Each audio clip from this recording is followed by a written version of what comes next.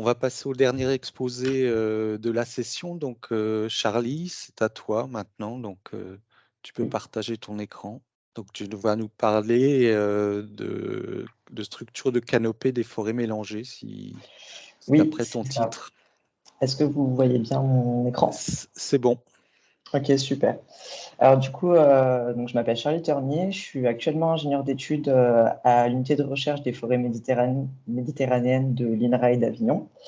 Et je vais vous présenter en fait mon sujet de stage que j'ai effectué dans la même unité, de stage de M2, qui en fait consiste à comparer la structure 3D de la canopée entre des forêts mélangées et des forêts monospécifiques de hêtres communs et de sapins pectinés en utilisant du lidar terrestre.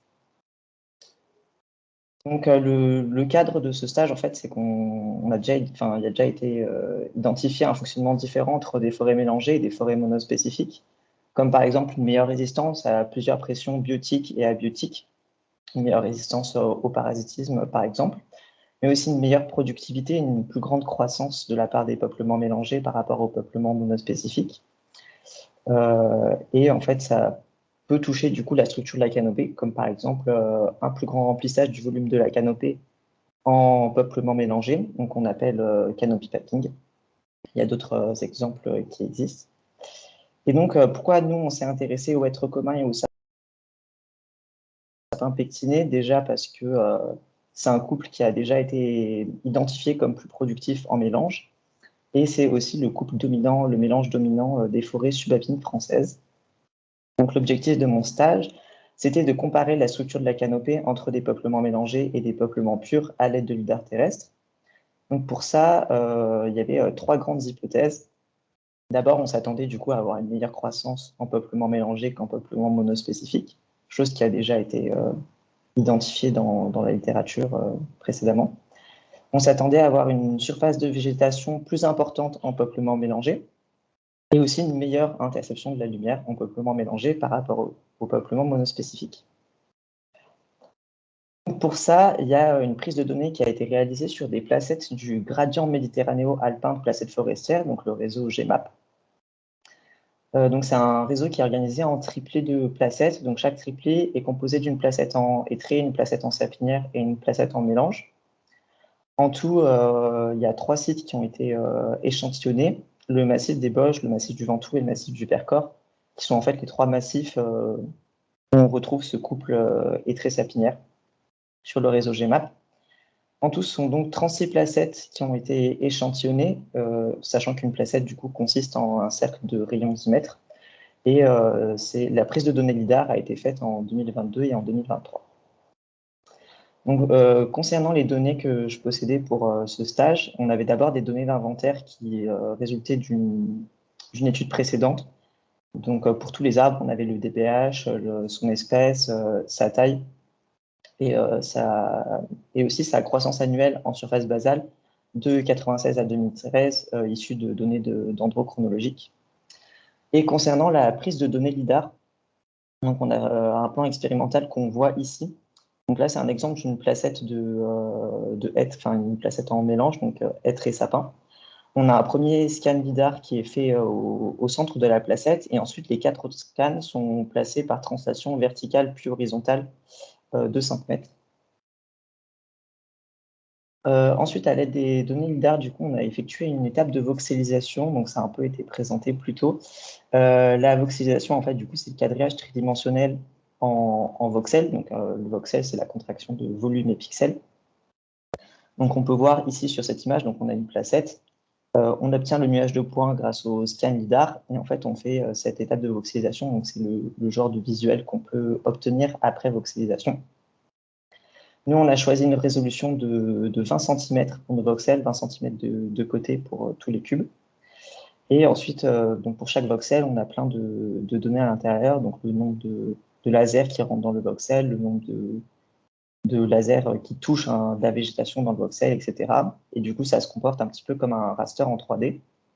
Et à partir de ces données, on calcule le Plant Area Density, donc le PAD. Donc en fait, c'est un indice de surface de végétation par unité de volume, donc une densité de surface de végétation. Et donc, on a utilisé la méthode de François Pimon et al., publiée en 2019.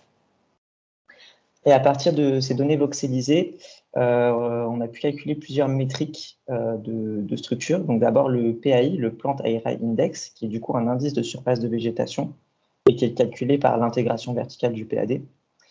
Et on a aussi calculé la transmittance de la lumière, qui est en fait le pourcentage de lumière atteignant sous bois que nous avons fixé à 3 mètres. Et donc c'est fait par simulation de trajectoire du Soleil en prenant en compte la longitude et la pente de la placette, et c'est fait sur le package R AMAPbox. Concernant les statistiques, les analyses statistiques de ces données-là, donc je présente juste 2 tests qui ont été effectués pendant le stage. D'abord, pour identifier s'il y avait un effet du type de peuplement sur les différents indices, j'ai réalisé un modèle linéaire mixte avec en effet fixe le type de peuplement et en effet aléatoire le triplet auquel appartient la placette. Et ensuite, pour caractériser s'il y avait une différence, pour caractériser cette différence, une comparaison 2 à 2 entre chaque type de peuplement pour tous les indices de structure avec un test de Wilcoxon. Concernant les résultats, du coup, sur le PAI, l'indice de surface de végétation, on a bien un effet du peuplement sur le PAI, et contrairement à ce qui était attendu, on a un PAI plus faible en mélange qu'en hêtré.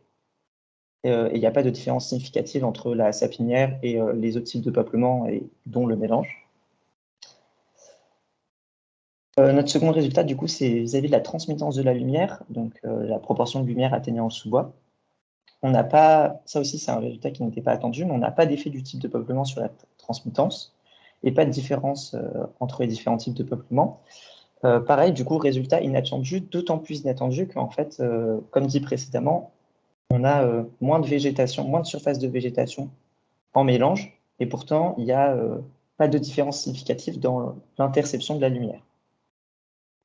Vis-à-vis de la croissance, on a bel et bien un effet du type de peuplement sur la croissance, donc, comme il avait déjà été prouvé plus tôt dans la littérature.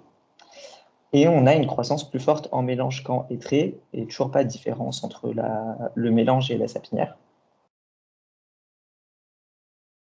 Donc en résumé, on a une transmittance qui n'est pas significativement différente, malgré une surface de plante significativement plus faible en mélange. Donc on peut interpréter ça comme une captation de la lumière qui est plus efficace en mélange.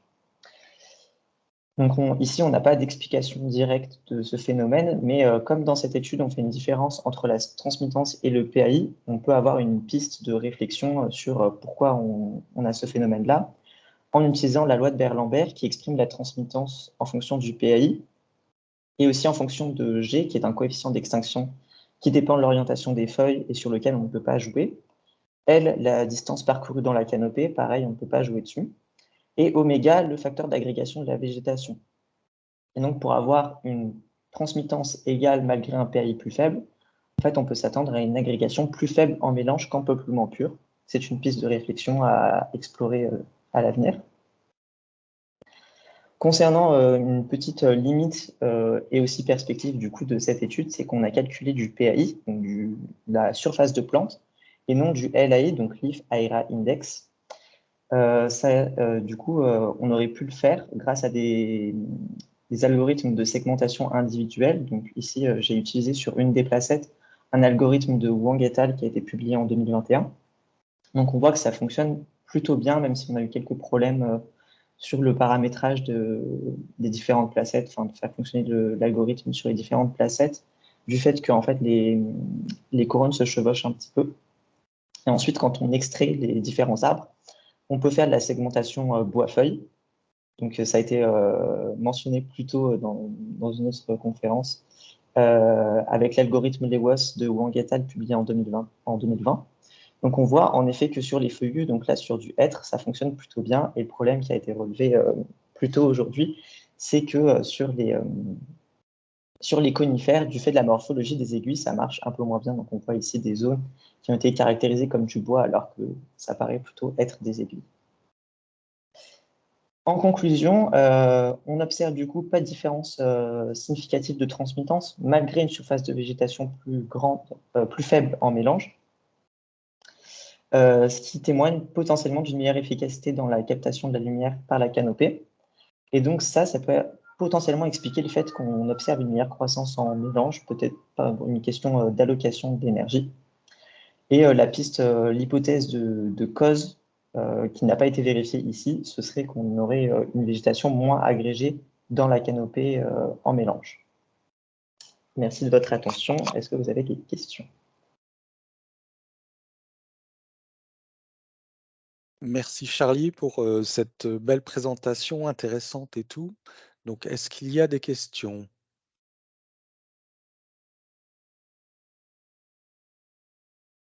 Oui, Jean-François Côté.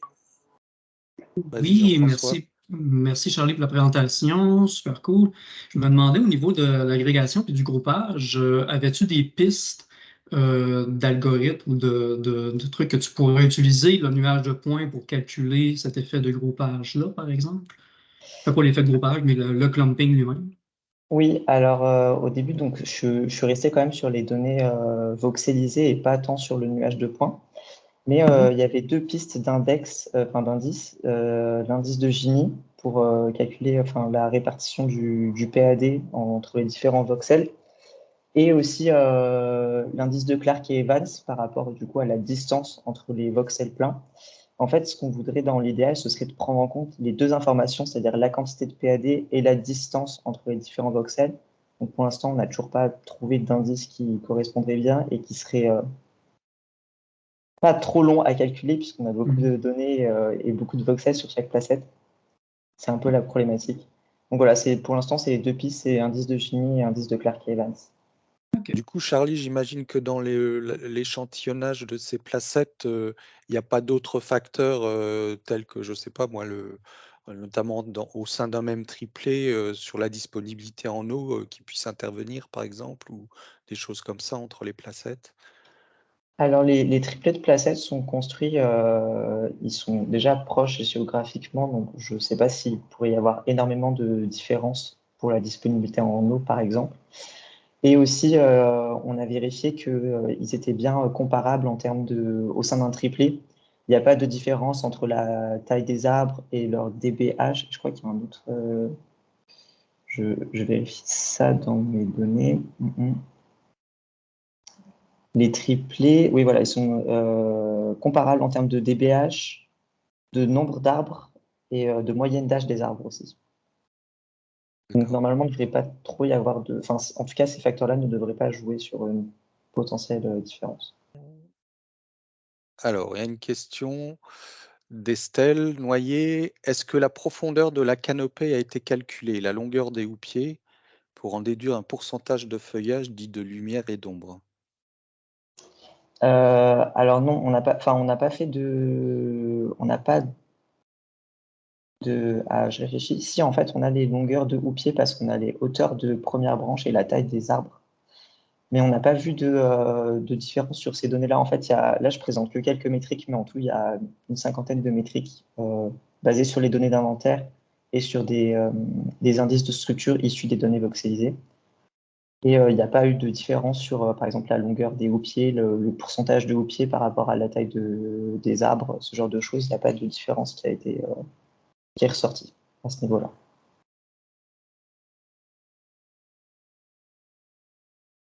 Ok, moi j'avais peut-être une suggestion personnelle, c'est-à-dire que dans ces structures diversifiées de peuplement, là on est en train de montrer que l'effet du vent, notamment de l'oscillation des arbres sous l'effet du vent, ça régulait beaucoup la croissance secondaire dans les arbres.